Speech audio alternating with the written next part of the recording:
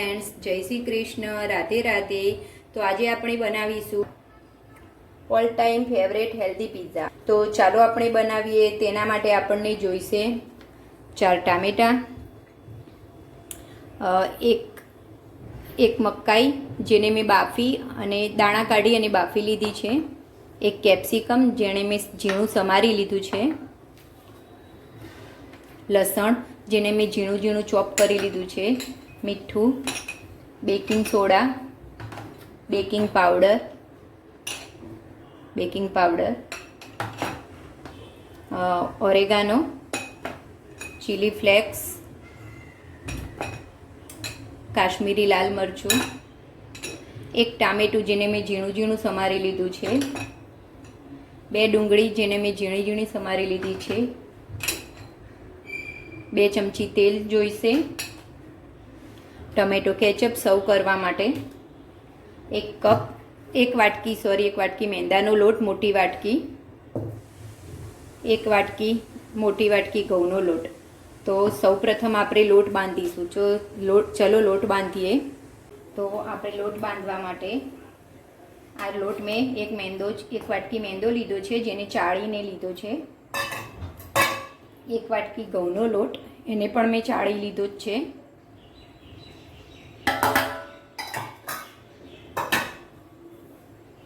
એમાં આપણે મીઠું નાખીશું,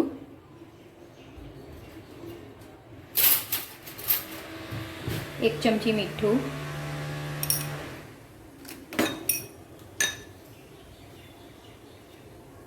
1 ચમચી સાકર,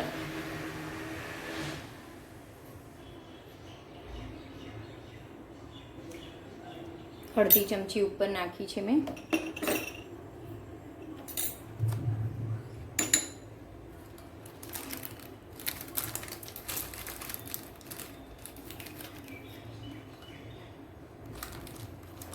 એક ચમચી બેકિંગ સોડા, આ સોડા છે બેકિંગ સોડા,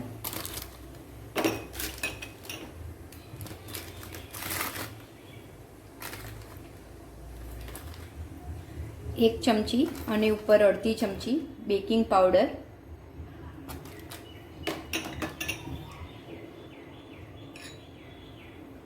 અડધી ચમચી મોણ,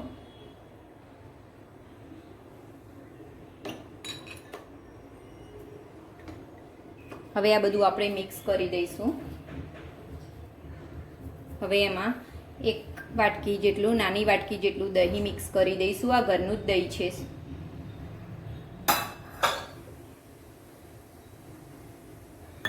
હવે આ બધું સારી રીતે મિક્સ કરી દઈશું। હવે જરૂર મુજબ પાણી લઈ અને તેનો રોટલી જેવો ઢીલો લોટ બાંધી લઈશું।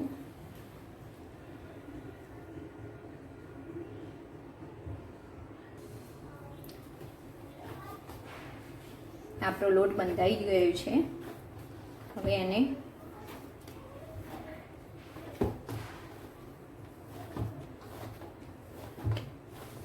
થોડુંક તેલ લઈને તેલથી ગ્રીસ કરી દઈશું।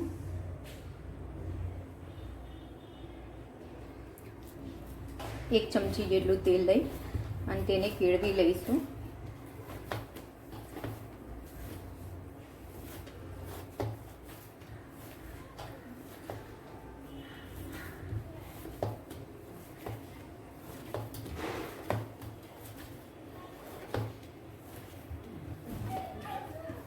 હવે આપણે લોટની સાઈડમાં મૂકી દઈશું ઢાંકીને, અને કમસે કમ 5 થી 10 મિનિટ સુધી રેસ્ટ આપીશું। હવે આપણો લોટ બંધાઈ ગયો છે ફ્રેન્ડ્સ। તો હવે આપણે હોમમેડ પિઝા સોસ ઘરે જ બનાવશું। તો તેની માટે મેં એક પેન લઈ લીધું છે, તેની અંદર પાણી લીધું છે। હવે 4 ટામેટાને આવી રીતે આગળનો ભાગ નીકાળી અને તેને બફાવા માટે મૂકી દઈશું। 250 ગ્રામ ટામેટા છે, 250 ગ્રામ, જેને આપણે 10 થી 15 મિનિટ બફાવા દઈશું। પછી આપણે એનો સોસ બનાવીશું। તો ફ્રેન્ડ્સ, આપણા ટામેટા બફાઈ ગયા છે, તેને આપણે નીકાળી લઈશું।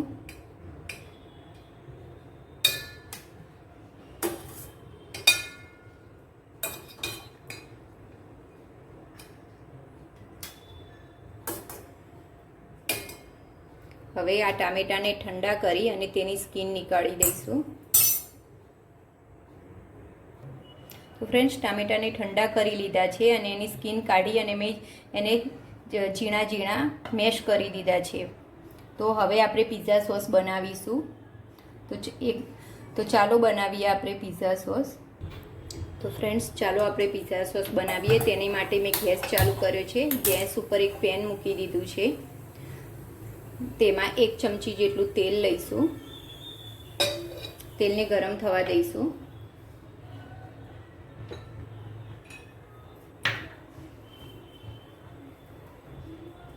તેલ ગરમ થઈ ગયું છે આપણું. તેમાં 1 ચમચી ચોપ કરેલા લસણ નાખી દઈશું. લસણને બરોબર સાંતળી લઈશું. લસણ સંતરાઈ ગયું છે. હવે ઝીણી સમારેલી ડુંગળી, 2 ચમચી જેટલી ઝીણી સમારેલી ડુંગળી નાખીશું. તેને પણ સાંતળી લઈશું. ડુંગળી ગુલાબી થાય એટલે આપણે ટામેટાની પેસ્ટ નાખીશું. ફ્રેન્ડ્સ, આ પિઝા સોસ માર્કેટ કરતાં પણ વધારે સરસ બને છે. આપણી ડુંગળી પણ ગુલાબી થઈ ગઈ છે. હવે ટામેટાની પેસ્ટ અંદર એડ કરી દઈશું.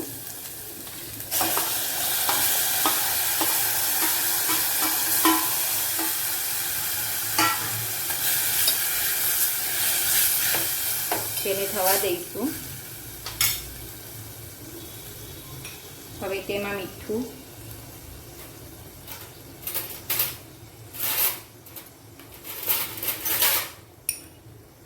તેમાં 1 ચમચી મીઠું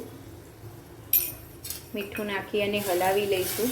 હવે તેને 5 થી 10 મિનિટ સુધી, ટામેટા ગળી જાય ત્યાં સુધી 5 થી 10 મિનિટ સુધી થવા દઈશું સોસને મીડિયમ તાપે. તો આપણા ટામેટા એકદમ મેશ થઈ ગયા છે. તો હવે એમાં આપણે 1 ચમચીથી 1.5 ચમચી જેટલું કાશ્મીરી મરચું,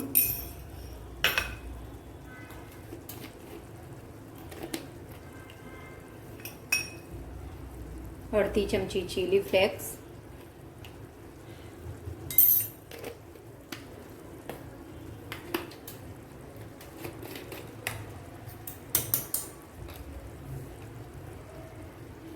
એક ચમચી ઓરેગાનો. હવે બધું મિક્સ કરી અને હલાવી લઈશું એક વખત.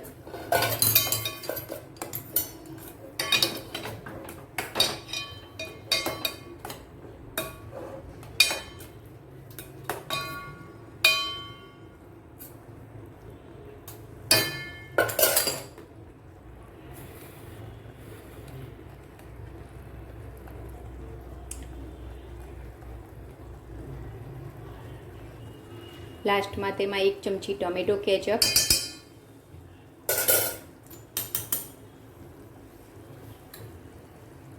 અને 1 ચમચી દળેલી સાકર નાખી અને મિક્સ કરી લઈશું.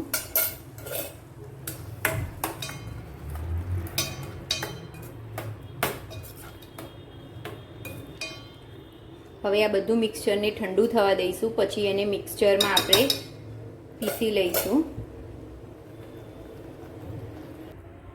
તો ફ્રેન્ડ્સ, આપણું મિક્સચર ઠંડુ થઈ ગયું છે.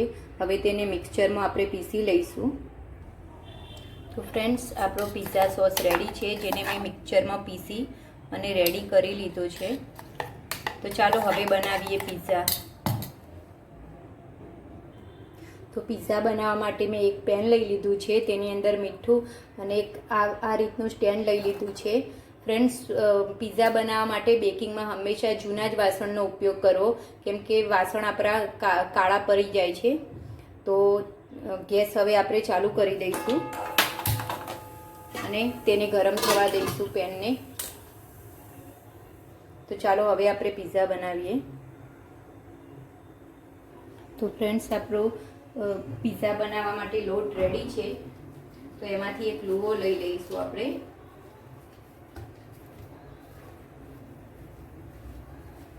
અને હવે તેને પીઝાને વણી લઈશું.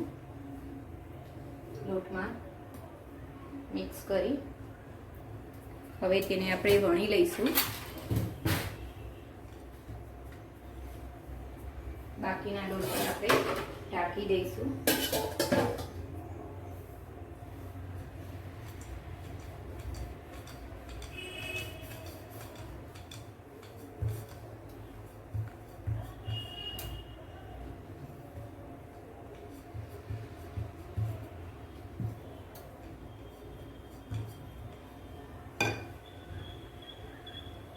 હવે આ રીતે આપણે તેની કોર્નરને વાળી દઈશું, જેથી આપણો મસાલો બધો બહાર નીકળે નહીં. આ રીતનો આપણો જાડો રોટલો વણી લેવાનો છે. હવે તેને આપણે આ રીતની કોઈ જાળી કે કોઈ વાસણના સ્ટેન્ડ ઉપર પણ આપણે લઈ શકીએ છીએ. આ ટાઈપની જાળી આપણે લેવાની છે. તેની ઉપર આપણે આ પીઝાના રોટલાને મૂકીશું. હવે કાંટાથી તેમાં કાણા પાડી લઈશું.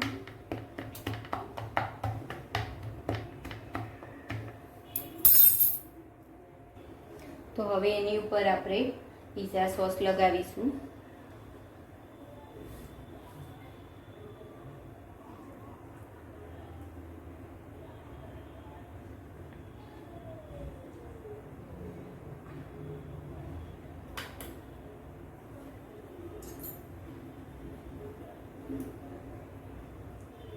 એકથી 1.5 ચમચી પીઝા સોસ લગાવવાનું છે.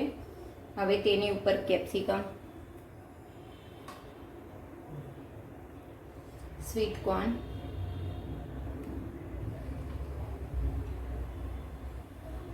ડુંગળી,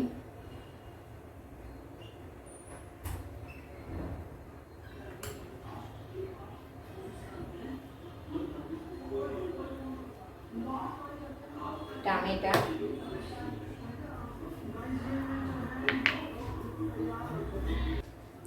તો હવે આપણો પીઝા રેડી છે. હવે છેલ્લી વારનું એની ઉપર ચીઝ આપણે ખમણી દઈશું. ચીઝ આપણે આપણી પસંદથી ખમણી શકીએ છીએ, વધારે કે ઓછું.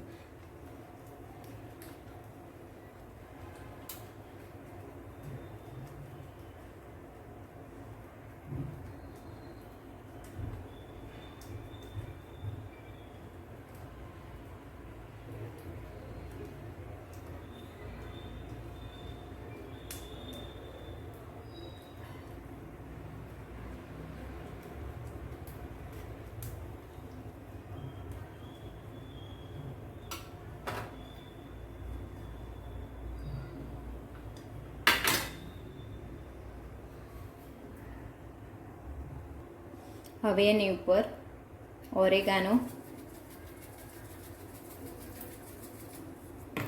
Chilli flakes. હવે આપણો પીઝા બેક કરવા માટે રેડી છે અને આપણું પેન પણ ગરમ થઈ ગયું છે.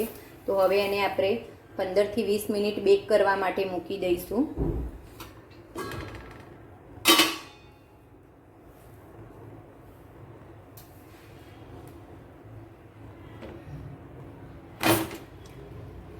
હવે એને બેક થતાં આપણે 10 થી 15 મિનિટ લાગશે. તો તેને બેક થવા દઈશું.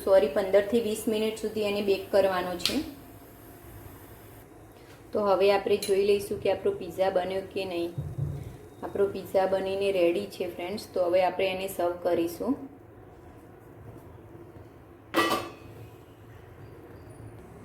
તો ફ્રેન્ડ્સ, આપણો પીઝા બનીને રેડી છે.